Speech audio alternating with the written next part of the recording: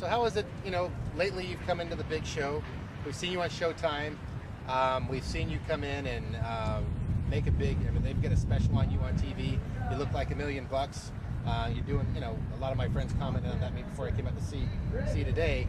And, I'm kind of wondering, how has that changed your life from before the little fight shows, the little Indian reservation shows, to now that you're getting more in the limelight when you walk around the city? What is it like being in that kind of situation? It's not that different. I'm seeing a little bit on TV, but it's not like I'm a huge star yet. I don't get swarmed. I mean, people definitely know who I am around San Francisco now, but it's not to the point where it's obnoxious yet. Like, I go out with Chuck occasionally in Vegas and stuff, and it's the point where it's like you can't really go out with them. So I get recognized at the clubs, but I'm not getting swarmed. So it's kind of nice, getting the respect, but without the negatives yet. I still can go out without getting bothered. And then the best part of fighting the bigger shows is getting paid a little finally after all the years of hard work starting to pay off, and things are definitely going good. Yeah, we've noticed that. You've done really good, and I hear a lot of rumors, a lot of big things are happening. I mean, fans can expect to see a lot of big changes. Yeah. Personally, I think Jake's destined for some really high levels in the sport. Yeah, I'm training hard. I'm shooting for the top. Oh, yeah. And you live in this beautiful city. I mean, we're down here filming in San Francisco. So. How do you like living out here, Jake? I love it out here. First, it took me a little while to get used to it. From San Francisco, a nice small town, and getting used to the big, crazy city life. Took the first year, I didn't really care for it, but then it grew on me. Now I love living here once I adjusted. So I'd have to say the same goes for me. Yeah. Especially after having come out here from growing up overseas, and my first year in San Francisco was a love-hate relationship. Exactly. It's a crazy city out here. I understand people that say they hate these big cities, but once you get used to it, there's a lot of cool things going on in the city. All the little relationships, you get to know the certain restaurant owners. Yeah, exactly. It's like family throughout the city. For the most part, most people are really cool and treat each other really good around here. So what kind of advice would you give an up-and-coming fighter, somebody in the amateur shows, that something like, what kind of hard things do they run into they should probably put man, it's just a tough sport. I think you guys got to, when you come upcoming, you got to kind of look at it and see what you're trying to get out of the sport. Is it something you want as a hobby, a career? You got to kind of set your goals and figure out what you want to do, and just from there, if you decide you want to make a career out of it, is there's going to be obstacles, and don't let the setbacks get to you. It's like, you're gonna have lots of naysayers, people telling you can't do it, it's the wrong career, you're gonna get hurt. Like, everyone's not gonna support you, but you got to realize it's what you want to do. You got to make your life happen. And unless you're independently wealthy, it's not easy. You're gonna have to go through times where where you're working, training, trying to figure out how to pay the bills and fight. But if you really want to do it, just stick with it and dedicate yourself and go for it. It's a lot of big mind over matter situation. Yeah, for me it was tough. I had no money for a while, trying to set everything up, but it was really what I wanted to do. I'd almost finished college, I only had 1 year to go, but I decided to drop out, and obviously most people didn't think that was a smart decision, but it's what I felt like I really wanted to do, so I went for it. Now I'm in a situation where I have a successful school going, the fighting business is going really good, I have all kinds of tied up in other things involved with the sport, and my future's looking really bright, and I'm definitely glad it's the decision I made. I wouldn't recommend anyone to drop out of college. It's something you'd have to look at. I think everyone should have to look at the big picture for themselves and look at the options and see if they realistically think they can make it. And also, it's not like it's just going to happen on its own. It's how hard are you willing to work. It's like I put a lot of time into it. Lifetime. Yeah, exactly. It's not like, I just quit working and now I'm going to get good. It's like I quit working so I can train 3 times a day and make this my full-time career. Because when I'm working and going to school and then you're trying to train on top of it, your energy is just you don't have it. So. It's the misconception sometimes, just like in business and just like in a lot of things, the music industry, fighting, any professional sport, it looks like it was an overnight success when you see it on TV. But really, there's years of groundwork going in. It's not like an overnight success. It's years and years of groundwork. There's some exceptions to overnight success. Some of those Ultimate Fighter guys, they get criticized because some of those guys do come up, they become a name overnight. But you also look, a lot of the guys come a name overnight. The ones that don't have the skills, they drop off and they're not a name again overnight. We've seen the guys like the Diegos and stuff, the guys that are still known, they put in years of groundwork. The other guys, I can't think of any names right now, but they might pop up real quick, and then you forget about them a year later because they became an overnight success, but they didn't have the skills yet, so they had to drop back out of the circuit. So I can totally understand that. It's the perception of everybody wants to be a fighter now, and exactly. It's like I talk to some promoters. It's a cool thing to do. Everyone wants to be a fighter, but you have to. It's like that's what guys need to realize. Do you want to be a fighter, or do you want to say you're a fighter? There's a big difference.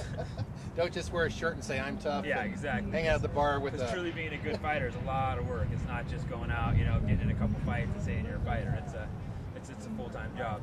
That's another thing that's like that's starting to come to play is other professional athletes are truly recognizing this as a Yeah. professional level sport, Exactly. as opposed to some hobby or the the cardio that goes in, the weight training. Exactly. It's not like you guys put any less time in the gym than any of they. Yeah, I think we put more time than almost anyone else because it's like, Yeah. you got to look at boxing, football, basketball. They have like really one hard practice a day, and then they might go and run and lift weights. But we have so much to learn because we have to do, we have wrestling, Muay Thai, boxing, jiu-jitsu, and then we have weightlifting and conditioning. So it's like 6 aspects compared to most sports, don't have that much.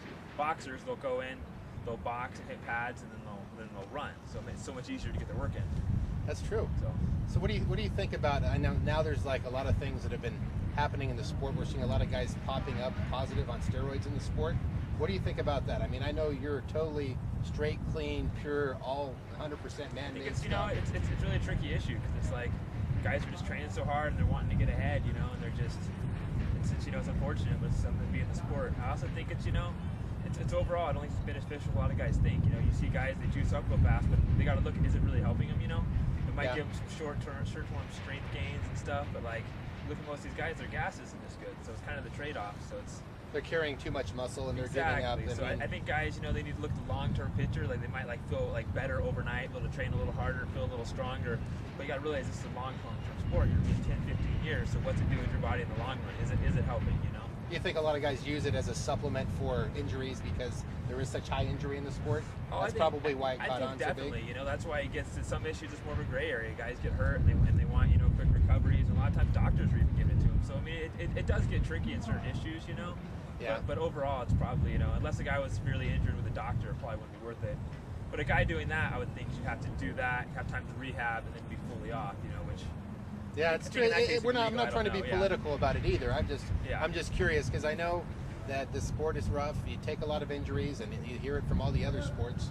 Exactly. And nobody It's really not knows. Just, I mean, it's not just MMA thing. Yeah. Like I said, it's something that's all I professional think MMA sports. is getting a lot of bad press for right now, but I think it's everywhere. It's just because MMA is really doing a lot of testing right now. It's true. It's pretty ironic that we have the San Francisco Giants in our background, where Yeah. some unnamed exactly, baseball player obviously, has same a thing. lot of accusations going Yeah, on. yeah. Poor guy, but I figure you know. most of the other sports they don't really test that rigorously. So No, you guys are under a lot of scrutiny, and it is truly a real sport in any different way you look at it. I haven't seen many people put up with that much, and you guys are probably one of the most famous, fastest growing sports, and yet the income hasn't really caught up to the amount Exactly, of yeah. entertainment, It's a tough the sport. dollar to entertainment value. yeah, the for money's going clients. up, Yeah. but it's still not where the other sports. It's per how popular it is. It hasn't caught up yet. Yeah, It has gone up quite a bit at least, so we can't argue too much. But it's just hopefully it keeps going up for a while. it's basically a lifestyle, and you're basically still at like the pioneer level. I mean, we've seen Chuck break through the glass barrier of the making it into the Millionaires Club, but you're Yeah. coming up, and I'm not throwing anybody's income or anything out there, but just to say that now you can make a decent living at Yeah. it, and you can have your family and everybody's happy and still have a life. That's a beautiful thing to see, and hopefully we see it grow through the rest of everything yeah. else. Like right now, there's only a few guys that are millionaires off it, so hopefully we'll start seeing lots of guys that are millionaires like other sports. But it's definitely jumped quite a bit. I think there are a lot of guys making a healthy living now, which is a good start. Before there was a couple guys making a good living, and then a lot of guys, all the other fighters were having to find other ways to supplement their incomes. Like that's why I started jiu-jitsu school. So are you looking to add any more new fighters to your team, or you get your eyes out for anybody? Or I don't really look for more fighters for my team, but I always welcome more fighters. But anyone's welcome to train. But the guys I really look for are the guys that have the heart, the guys that are willing to they'll distinguish It's easier to themselves. teach a guy with heart. If a guy comes in with a lot a lot of talent and stuff, with having no heart, you can't really do anything with him because you can't really teach heart. So if a guy comes in with a lot of heart, I'm willing to work with him a lot more. The guys that put in, I'm willing to give a lot more. And I think we have a solid team, but fighters are always welcome to come and train. So you have a female fighter on your team as well? Yeah, Katrina Lindahl, I think she's really really tough. So Yeah, potential, I've looked her up. She 35 looks like she's got some great potential. yeah, and she's it's been really good. So I was really surprised how much I enjoyed watching the female fighting. Yeah, I didn't know if I had someone else's old standards in my head, like, oh, don't do that. But then when I watched my first fight, especially the one of Gina Carano, oh my gosh, I thought that was one of the fights of the night on that show. yeah, the females are finally winning me over. At first, I was I don't know if women should fight, but the more I watch them, the more these girls have a lot of heart. I think a lot of these girls that fight are fighting because they truly want to fight.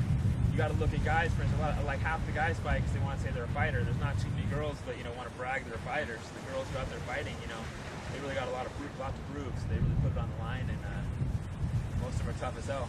Girls like Kat are a lot tougher than most of the guys that got in the gym. It's pretty impressive, you know. They get that just go power. They don't have that barrier where they're Yeah. contemplating. They let it all out Exactly. at once. They just And let it loose. These girls, they surprise me, you know. I tell you what, my wife's a purple belt in Kempo, Yeah. and she hasn't trained in a few years, but I've been in situations where she would come back from training, and she was in hardcore full contact training, and she'd come back, and she's a pretty girl, but she'd have a black eye. And Yeah. I'd be afraid to walk around in public. Exactly. With It looks like you beat her. I was like, I Look didn't like a do that. bully, I'm a yeah, I nice swear. guy. It's not. It doesn't work that way. Yeah. You know.